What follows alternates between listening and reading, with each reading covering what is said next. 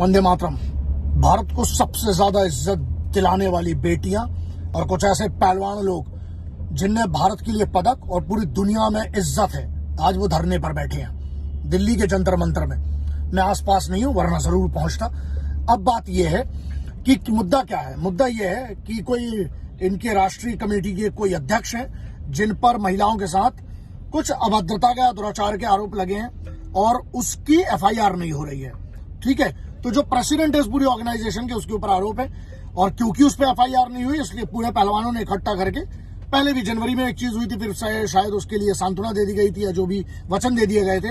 अब बात ये आती है कि ये सब बैठे हुए हैं। मुद्दा ये है कि आप देखिए, सम्मान तो इनको वैसे ही कम मिलता है क्योंकि हमारे इधर सबसे ज्यादा स्पोर्ट्स वालों को, कमाल है ना अपने देश का, है ना। एक्ट्रेस जो है, ये एक्ट्रेस बोल रहे हैं जो यहाँ पर है वो गुटखा खाने बोल रहे हैं और क्रिकेटर जो है वो जुआ खेलने बोल रहे हैं। तो उसके बाद ये जो पहलवान है जो ऐसा कुछ नहीं, मतलब मैं उन पहलवानों की बात कर रहा हूँ जिनने लाखों के एड्स छोड़ दिए क्योंकि उनको सॉफ्ट ड्रिंक का एड नहीं करना था। आप सोचिए, वो जब धरने पे बैठते उसकी कोई चर्चा नहीं, कोई खबर नहीं। और सीधी सी बात है, अगर एक कमेटी है महिलाओं के खिलाफ, अगर ऐसा कुछ हुआ है और ऑर्गेनाइजेशन के प्रेसिडेंट ने अगर किया, अगर कुछ ऐसी कोई कमेटी है तो वो कमेटी जल्दी से जल्दी निर्णय क्यों नहीं देती है? क्या हो रहा है फिर? कमेटी क्या की है फिर? तो ये सब चीजें, मैं पहलवानों के साथ हूं और एफआईआर अगर वैलिड है ना, उसकी जांच हो, अगर वैलिड है तो एफआईआर होना चाहिए।